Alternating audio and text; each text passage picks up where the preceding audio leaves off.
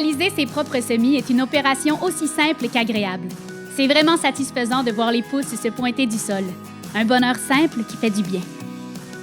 Madame Suzanne, une passionnée de jardinage, attend ce moment avec impatience.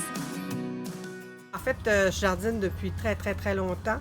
C'est une passion. Quand arrive le printemps, c'est le moment de sortir de notre dormance et d'enfin préparer quelque chose qu'on va pouvoir manger cet été. C'est aussi soigner ma planète, en fait, de combattre les îlots de chaleur, qu'on retrouve beaucoup en milieu urbain. Ça me permet d'avoir des fruits, des légumes frais, biologiques. Je sais d'où ils viennent. C'est comme juste une joie. C'est un magnifique projet à faire avec des enfants pour leur apprendre la culture, l'implication auprès de notre planète. C'est de le faire par plaisir à la base, puis le reste suit de toute façon. Pour démarrer vos semis, vous aurez besoin de graines, de terre, et elle doit être de bonne qualité, pas trop lourde. Votre centre jardin pourra vous conseiller là-dessus, comme ici, au centre Jardin Varennes. Et il vous faudra évidemment de l'eau. Vous pouvez aussi vous procurer ces petites serres qui viennent avec un dôme transparent, des petits pots de tourbe et des étiquettes. Ces serres permettent de conserver la chaleur et l'humidité pour la nuit. Mais attention, une mauvaise utilisation peut occasionner la fonte des semis.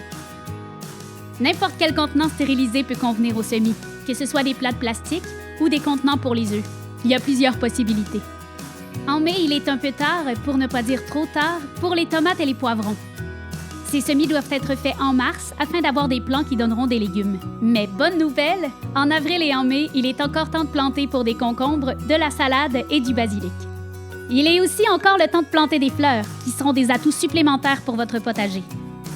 Pour réussir ces semis, il y a une chose importante à savoir. C'est super important de déranger le moins possible les racines, qui est finalement le cœur de notre plante pour qu'elle continue à grandir. À partir du moment où on fait un semis, il faut falloir clairement le changer de pot éventuellement, avant même des fois de le mettre en terre directement.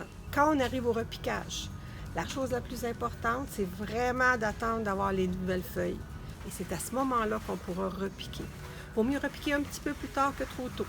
Avant de repiquer, arroser pour que la motte de terre se tienne bien. Éviter de toucher les racines et les remettre dans un pot plus grand avec la nouvelle terre. La racine, n'oubliez pas, c'est le cœur de la plante. Après ça, les feuillages vont prendre le contrôle et c'est elle qui va faire pousser, continuer à faire pousser la plante, mais la racine va continuer à aller chercher ce qu'elle a besoin dans le sol. Pour les semences minuscules, il existe sur le marché de petits semoirs qui peuvent vous aider.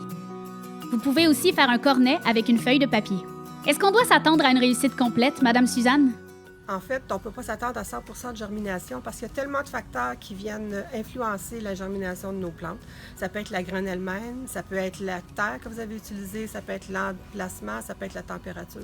Donc, si vous commencez, attendez-vous pas, même si vous êtes des vieux jardiniers, attendez-vous pas à 100% de germination. C'est normal et c'est correct. Au départ, vos semis auront besoin de chaleur et d'eau. Installez-les dans un endroit chaud et arrosez avec parcimonie. Lorsque vous verrez les plantes sortir du sol, il faut les installer à la lumière. Le bord d'une fenêtre fera l'affaire. Si c'est une fenêtre au sud, assurez-vous que vos plants ne manquent pas d'eau. Il existe des tubes fluorescents pour l'éclairage. Si c'est plus facile pour vous, alors go. Mais rappelez-vous que ce n'est pas essentiel. Une fois que vos plants se portent bien après le repiquage, quand le choc est passé, il faut les habituer tranquillement à être à l'extérieur. Vous pouvez les sortir le matin quand il fait chaud et les rentrer en fin d'après-midi. Le choc de la mise en terre sera moins grand. Mais il faudra bien un jour ou l'autre les laisser partir faire leur vie dans le jardin. Ces semis deviendront pour vous une parcelle d'été, beau temps, mauvais temps. Pour de l'information supplémentaire concernant cette capsule ou pour vous équiper pour votre jardinage, n'hésitez pas à venir consulter le personnel du Centre Jardin Varennes. Pour les heures d'ouverture, consultez le site Internet. Bon jardinage!